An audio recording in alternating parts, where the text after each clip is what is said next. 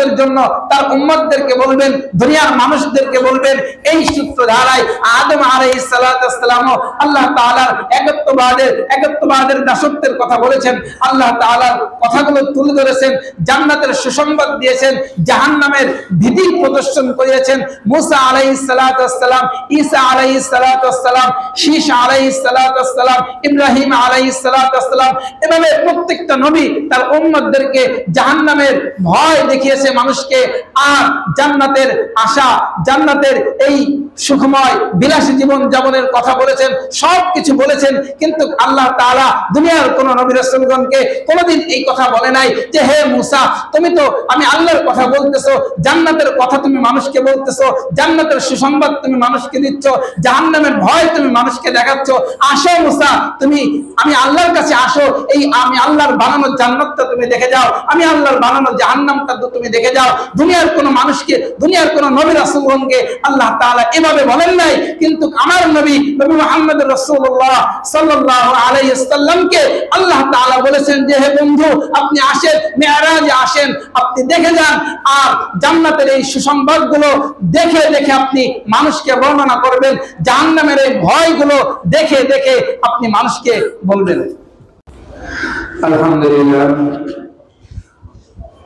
আল্লাহ তাআলার অসংখ্য অগণিত শুকর যে আল্লাহ পাক রব্বুল আলামিন আমাদেরকে আল্লাহ তাআলার ইবাদতের জন্য, আল্লাহ তাআলার হুকুম পালনের জন্য আল্লাহর ঘর মসজিদে এনেছেন, আল্লাহর ঘরের মেহমান বানিয়েছেন। দুনিয়ার সমস্ত ব্যস্ততাকে, সমস্ত জরুরতকে, ব্যক্তিগত জরুরত, পারিবারিক জরুরত, সব জরুরত থেকে আমাদেরকে ফারেক করে আল্লাহর ইবাদতের জন্য আসার, মসজিদে আসার তৌফিক দিয়েছেন। এই জন্য প্রত্যেকেই অন্তরের অন্তরস্থল থেকে একবার কালিমাতুশ শুকর পাঠ করে আর বলি আলহামদুলিল্লাহ।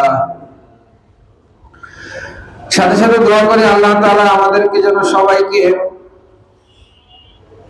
নামাজের পূর্ব মুহূর্তে কিছু কথা শোনার জন্য প্রত্যেক সপ্তাহে আগে আগে আজানের পরেই যেন আমরা মসজিদে আসতে পারি, এবং এলাকার প্রত্যেকটা মানুষ যেন আজানের পরপরই কোরআন হাদিসের আলোচনা শোনার জন্য একটু আগে আসতে পারে, এই জন্য দোয়া করব। সম্মানিত মুসল্লিয়ান ইকরাম, আমি পবিত্র কোরআনের সূরা বনী ইসরাঈলের প্রথম আয়াত তেলাওয়াত করেছি, যে আয়াতে আল্লাহ তাআলা আমাদের জন্য একাধিক শিক্ষা দিয়েছেন। এই আয়াতটা নাজিল হয়েছে নবী মুহাম্মদ রাসূলুল্লাহ সাল্লাল্লাহু আলাইহি সাল্লামের মিরাজকে কেন্দ্র করে।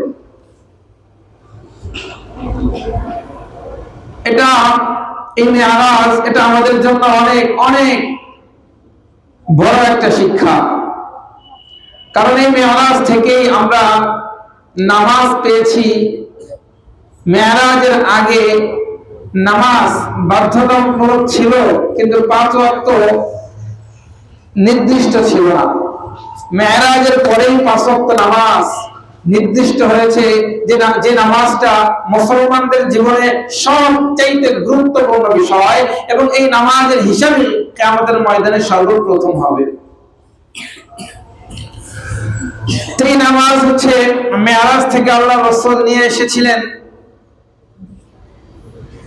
এটা এই মেরাজের সূচনা সূরার শুরুতেই আল্লাহ তাআলা বয়ান করতেছেন। প্রথমেই আল্লাহ তাআলা বলেছেন যে সুবহানাল্লাযী আসরা বিআবদিহি লাইলাম মিনাল মাসজিদিল হারাম ইলাল মাসজিদিল আকসাল্লাযী বারাকনা হাওলাহু লিনুরিয়াহু মিন আয়াতিনা ইন্নাহু হুয়াস সামিউল বাসীর।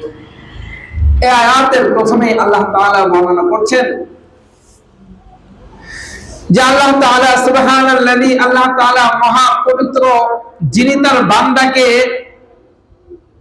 বিআবদিহি, যিনি তার বান্দাকে মসজিদে হারাম থেকে মসজিদে আকসা পর্যন্ত ভ্রমণ করিয়েছেন, নিয়েছেন, যার চতুর্পাশে আল্লাহ তাআলার বরকত দ্বারা ভরপুর। এখানে আল্লাহ তাআলা পবিত্র, আবার আল্লাহ তাআলা নিজেই ঘোষণা করতেছেন। এর মানেটা কি? যখন আল্লাহ নবীকে নিয়েছিলেন মেরাজের জন্য, এখানে আরেকটা শব্দ ইসরা, এই যে একটা আরবি শব্দ, এই আরবি শব্দ ইসরা এর অর্থটা হচ্ছে রাত্রিকালে ভ্রমণ করা, আর মেরাজ এই শব্দটার অর্থ হচ্ছে ঊর্ধ্বগমন। তাহলে বাইতুল্লাহ থেকে বাইতুল আকসা পর্যন্ত যে রাত্রিকালীন ভ্রমণ, এটাকে বলা হয় ইসরা। আর বাইতুল আকসা থেকে আল্লাহর আরশ পর্যন্ত যে ভ্রমণ, এটাকে বলা হয় মেরাজ, অর্থাৎ ঊর্ধ্বগমন। আর এখানে যে সুবহানাল্লাযী সর্বপ্রথম যে শব্দটা আল্লাহ তাআলা ব্যবহার করলেন, এর অর্থ হচ্ছে যে আল্লাহ তাআলার মহাপবিত্র মেরাজের সময় আল্লাহ রাসূলের ঘর থেকে ছাদটা ফাঁকা করে আল্লাহ তাআলা কুদরতি ভাবে নিয়েছিলেন। আর যেটা মানুষের দ্বারা সম্ভব নয়, মানুষ যেখানে অক্ষম, আল্লাহ সুবহানাল্লাযী এই শব্দটা ব্যবহার করে এ কথায় প্রমাণ করলেন যে মানুষ যেখানে অক্ষম, আমি আল্লাহ সেখানে সক্ষম। এরপর আল্লাহ নবীকে বাইতুল্লাহ থেকে বাইতুল আকসা পর্যন্ত নিয়ে গেলেন, আর আল্লাহ এভাবেই ঘোষণা করে দিলেন সুবহানাল্লাযী আসরা বিআবদিহি লাইলাম মিনাল মাসজিদিল হারাম ইলাল মাসজিদিল আকসাল্লাযী বারাকনা হাওলাহু লিনুরিয়াহু মিন আয়াতিনা ইন্নাহু হুয়াস সামিউল বাসীর। বাইতুল আকসায় যখন নিয়ে গেলেন, যার চতুর্পাশে বরকত দ্বারা ভরপুর, আর সেখানে আল্লাহ রাসূলের আরেকটা শ্রেষ্ঠ মর্যাদা প্রকাশিত হলো। আল্লাহ রাসূলের একটা আলাদা মর্যাদা এখানে প্রকাশিত হয়েছে। সমস্ত নবী রাসূলগণকে একত্রিত করা হয়েছে সেই বাইতুল আকসায়। আর 2 রাকাত নামাজের নির্দেশ দেওয়া হলো। সমস্ত নবীকে একত্রিত করে যখন নামাজের নির্দেশ দেওয়া হলো, তখন একজন নবী আরেকজন নবীর দিকে তাকায় যে কে ইমামতি করবে আজকের এই বরকতময় দিনে বাইতুল আকসা। সেখানে ইমামতি কে করবে? সমস্ত নবী কবর থেকে উঠিয়ে একত্রিত করা হলো শুধুমাত্র এক দিনের জন্যই। এখন একজন আরেকজনের দিকে তাকায়। 2 রাকাত নামাজের নির্দেশ দেওয়া হয়েছে, কে এই নামাজের ইমামতি করবে? কে সেই সৌভাগ্যবান ব্যক্তি? কে সেই মর্যাদাবান ব্যক্তি? আজ কে এই নামাজের ইমামতি করবে?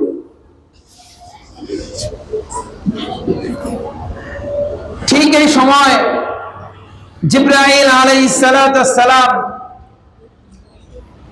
আমাদের নবী, বিশ্ব নবী, নবী মুহাম্মদ রাসূলুল্লাহ সাল্লাল্লাহু আলাইহি সাল্লামের ডান হাত ধরে ইমামতের জন্য সামনে আগায়া দিলেন। আর আমার নবী সমস্ত নবীকে পেছনে রেখে, সমস্ত নবীকে, নবী রাসূলগণকে মুসল্লি বানিয়ে আল্লাহর নবী সেদিন নামাজের ইমামতি করলেন। তো এই যে সব নবীর আগে সবচাইতে বেশি সম্মান দেওয়া হলো, এটা হচ্ছে আমাদের নবীর আরেকটা বিশেষ মর্যাদা। আমাদের নবীর আরেকটা বিশেষ মর্যাদাও আছে।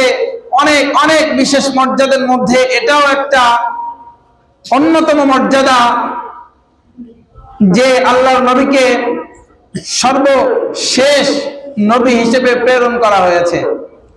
এর আগে যত নবী আসছে, সমস্ত নবী নির্দিষ্ট একটা সময়ের জন্য ছিল, নির্দিষ্ট একটা জাতি গোষ্ঠীর জন্য ছিল, নির্দিষ্ট একটা সমাজের জন্য ছিল, নির্দিষ্ট একটা দেশের জন্য ছিল। কিন্তু আমার আপনার নবী মুহাম্মদুর রাসূলুল্লাহ সাল্লাল্লাহু আলাইহি ওয়াসাল্লাম নির্দিষ্ট সময়ের জন্য নয়, নির্দিষ্ট কিছু মানুষের জন্য নয়, নির্দিষ্ট কিছু দেশের জন্য নয়, বরং পৃথিবীর সমস্ত মানুষের জন্য কিয়ামত পর্যন্ত আমার আপনার নবী সর্বশেষ নবী। এর একটা সহজ উদাহরণ হলো, কেউ যদি অসুস্থ হয় তো সেই অসুস্থতা থেকে সুস্থতার জন্য কোনো ডাক্তারের কাছে যায়। এখন সে সুস্থতার জন্য ডাক্তারের কাছে গেল, যাওয়ার পর ঔষধ সেবন করলো, রোগ কিছুটা ভালো হলো, আবার কিছুদিন পর ওই রোগটা আবার পুনরায় দেখা দিল।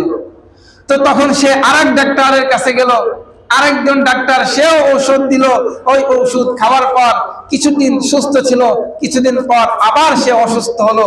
এভাবে বারবার শুধু ডাক্তার চেঞ্জ করে, কিন্তু সে রোগ থেকে পুরোপুরি ভাবে সে মুক্তি পায় না। তখন সে সর্বশেষ এক ডাক্তারের কাছে গেল, সে এমন এক ওষুধ দিল যে ওষুধের কারণে সে যে ওষুধ সেবন করে তার রোগ চিরকালের জন্য চলে গেল, সে একেবারেই সুস্থ হয়ে গেল।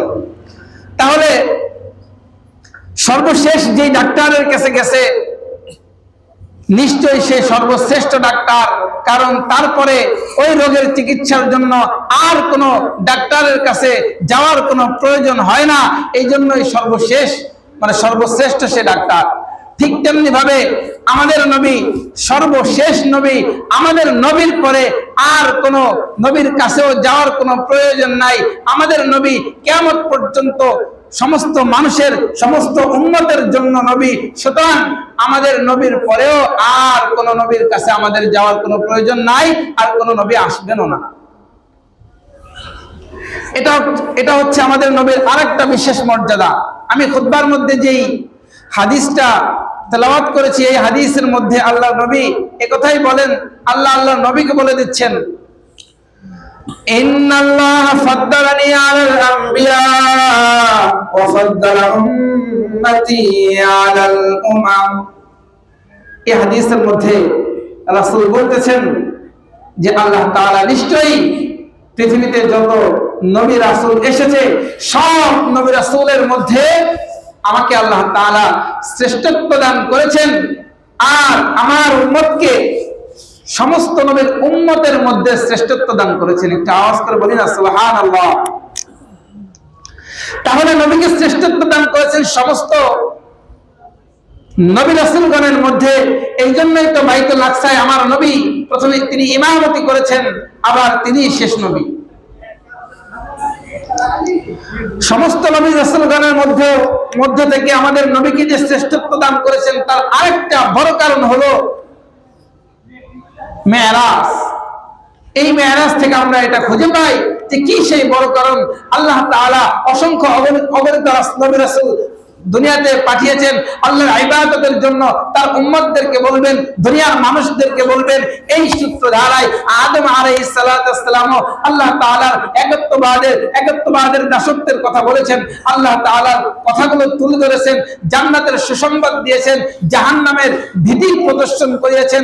মুসা আলাইহিস সালাতু ওয়াস সালাম, ঈসা আলাইহিস সালাতু ওয়াস সালাম, শীশ আলাইহিস সালাতু ওয়াস সালাম, ইব্রাহিম আলাইহিস সালাতু ওয়াস সালাম, এভাবে প্রত্যেকটা নবী তার উম্মতদের জাহান্নামের ভয় দেখিয়েছে মানুষকে, আর জান্নাতের আশা, জান্নাতের এই সুখময় বিলাসী জীবন যাপনের কথা বলেছেন, সবকিছু বলেছেন। কিন্তু আল্লাহ তাআলা দুনিয়ার কোন নবী রাসূলগণকে কোনোদিন এই কথা বলে নাই যে হে মুসা, তুমি তো আমি আল্লাহর কথা বলতেছো, জান্নাতের কথা তুমি মানুষকে বলতেছো, জান্নাতের সুসংবাদ তুমি মানুষকে দিচ্ছ, জাহান্নামের ভয় তুমি মানুষকে দেখাচ্ছ, আসো মুসা তুমি আমি আল্লাহর কাছে আসো, এই আমি আল্লাহর বানানো জান্নাতটা তুমি দেখে যাও, আমি আল্লাহর বানানো জাহান্নামটা তুমি দেখে যাও। দুনিয়ার কোন মানুষকে, দুনিয়ার কোন নবী রাসূলগণকে আল্লাহ তাআলা এভাবে বলেন নাই, কিন্তু আমার নবী মুহাম্মদ রাসূলুল্লাহ সাল্লাল্লাহু আলাইহি ওয়াসাল্লামকে আল্লাহ তাআলা বলেছেন যে হে বন্ধু, আপনি আসেন, মেরাজে আসেন, আপনি দেখে যান, আর জান্নাতের এই সুসংবাদগুলো দেখে দেখে আপনি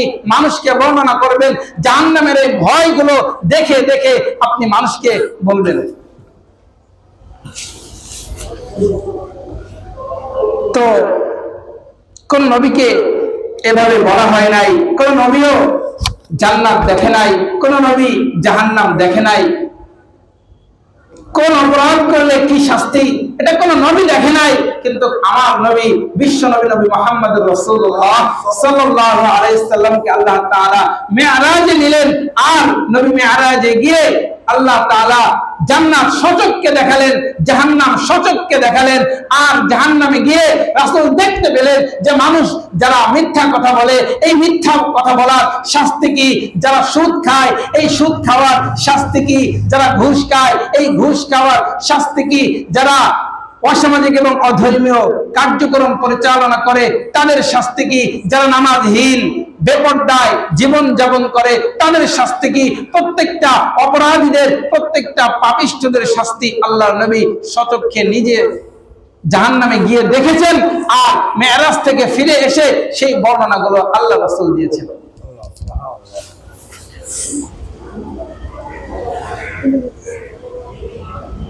আল্লাহর নবীর মেরাজ স্বপ্ন যুগে হয়েছে বহুবার, আর সশরীরে হয়েছে একবার। সশরীরে আল্লাহ নবীকে আল্লাহ তাআলা মেহমান বানিয়েছেন, আল্লাহ তাআলার সাথে সরাসরি সাক্ষাৎ হয়েছে। আর এরপরেই ঊর্ধ্ব জগতের সমস্ত কিছু আল্লাহর নবীকে দেয়া হয়েছে, দেখানো হয়েছে। আর সেগুলো দেখে দেখে আল্লাহর নবী বর্ণনা দিয়েছেন। আর এই বর্ণনা অনুযায়ী যারা নিজের জীবন পরিচালনা করবে, নবী বলেন এরাই আমার উম্মত, আর এরাই জান্নাতে যাবে। আর যারা এগুলো বিশ্বাস করবে না, এরা আমার উম্মত নয়, এরা আমাকে অবিশ্বাসকারী, এরা সব জাহান্নামে যাবে। তো এভাবে মেরাজে গেলেন। তো বন্ধু বন্ধুর কাছে যাইতেছে, আমরাও যদি আমাদের বন্ধুর কাছে, বন্ধুর বাড়িতে যাই, তাহলে তো আর খালি হাতে যাই না, কিছু নিয়ে যাই। কিছু নিয়ে গেলে বন্ধু খুশি হয়, এজন্য আমরা কিছু দোকান থেকে কেনাকাটা করে বন্ধুর বাড়িতে যাই, মিষ্টি নিয়ে যাই, ফল নিয়ে যাই, বিভিন্ন রকম গিফট নিয়ে যাই। তো বন্ধু বন্ধুর কাছে যাইতেছে, আল্লাহ রাসূল আল্লাহ তাআলার কাছে যাইতেছে, কি নিয়ে যাবে? আল্লাহ তাআলার কাছে যাইতেছে নবী মুহাম্মদুর রাসূলুল্লাহ সাল্লাল্লাহু আলাইহি ওয়াসাল্লাম। কি নিয়ে গেলে আল্লাহ তাআলা খুশি হবেন? দুনিয়ার কোনো মানুষ না জানলেও আল্লাহর নবী ঠিকই জানেন। এবার আল্লাহর নবী আল্লাহর কাছে গেলেন। যাওয়ার পর আল্লাহর নবী আল্লাহর কাছে হাদিয়া পেশ করতেছেন, উপহার দিচ্ছেন। আর বলতেছেন, আল্লাহ আত-তাহিয়াতু লিল্লাহি ওয়াস-সালাওয়াতু ওয়াত-তাইয়্যিবাত। তিনটা জিনিস আল্লাহর নবী আল্লাহর কাছে পেশ করলেন যাতে আল্লাহ তাআলা খুশি হয়। কি সেই তিনটা জিনিস? প্রথমেই বললেন আত-তাহিয়াতু লিল্লাহি ওয়াস-সালাওয়াতু ওয়াত-তাইয়্যিবাত,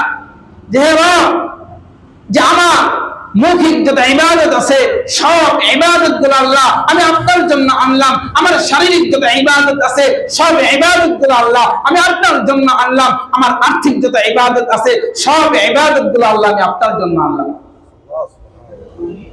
কত চমৎকার! সব সময় আমরা নামাজের মধ্যে পড়ি, অথচ জানিও না আমরা কি বলতেছি। তো আল্লাহ নবী বললেন, হে রব্বুল আলামিন, আমি আমার মৌখিক ইবাদতগুলো আপনার জন্য আনলাম, আমি আমার শারীরিক ইবাদতগুলো আপনার জন্য আনলাম, আমি আমার আর্থিক ইবাদতগুলো সব আপনার জন্য আনলাম। এবার আল্লাহ তাআলা তো বন্ধুকে খালি হাতে ফিরিয়ে দিবেন না, আল্লাহ তাআলা প্রতিদান দিচ্ছেন। আর বিনিময়ে আল্লাহ তাআলাও দিয়ে দিলেন, আসসালামু আলাইকা আইয়ুহান নাবিয়্যু ওয়া রাহমাতুল্লাহি ওয়া বারাকাতুহু। আল্লাহ তাআলা বললেন, বন্ধু আপনার জন্য শান্তি এবং রহমত বরকত সবকিছু এই তিন আপনার জন্য। আল্লাহর রাসূল দিলেন তিনটা, মৌখিক ইবাদত একটা, শারীরিক ইবাদত একটা, আর আর্থিক ইবাদত একটা। এই তিনটা আল্লাহর নবী পেশ করলেন, আল্লাহ প্রতিদান দিলেন, বিনিময়ে আল্লাহ পাক তিনটা দিলেন। এক নম্বর শান্তি, আর দুই নম্বর রহমত এবং বরকত। এই যে আল্লাহ পাক তিনটা দিয়ে দিলেন। তাহলে সেই মেরাজের ঘটনা থেকে আমাদের শিক্ষা যে আল্লাহর নবী মৌখিক সমস্ত ইবাদত দিলেন, বিনিময়ে আল্লাহ তাআলা শান্তি দিলেন। আমরা দুনিয়ার মানুষ যদি সেই শান্তিতে থাকতে হয়, তো আমার মুখের সমস্ত ইবাদত হবে আল্লাহর জন্য।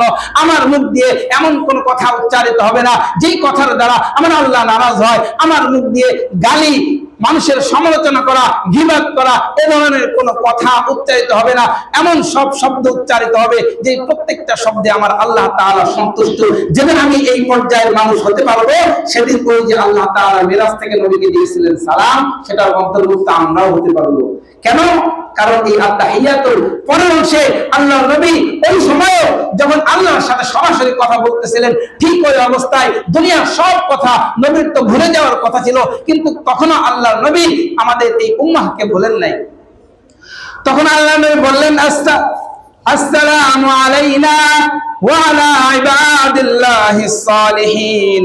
আল্লাহ তাআলা আল্লাহর বন্ধুকে, নবীকে যেই হাদিয়াগুলো দিলেন, যেই সালাম শান্তি দিলেন এবং রহমত বরকত দিলেন, এগুলো আল্লাহ নবী নিজে নিলেন না, বরং আল্লাহ তাআলার সামনেই বলে দিলেন, আসসালামু আলাইনা ওয়া আলা ইবাদিল্লাহিস সালিহিন। আল্লাহ আপনি আমাকে যেই হাদিয়াগুলো দিলেন, এই হাদিয়াগুলো আমি আমার সমস্ত সালেহ নেক বান্দাদের জন্য, সালেহ নেক উম্মতের জন্য নিয়ে নিলাম। তাহলে সেগুলো তো আমাদের জন্য, তা আমরা পাবো কখন?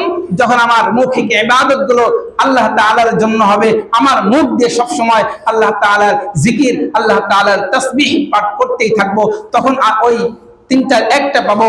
আর এরপরে আমার শারীরিক ইবাদত,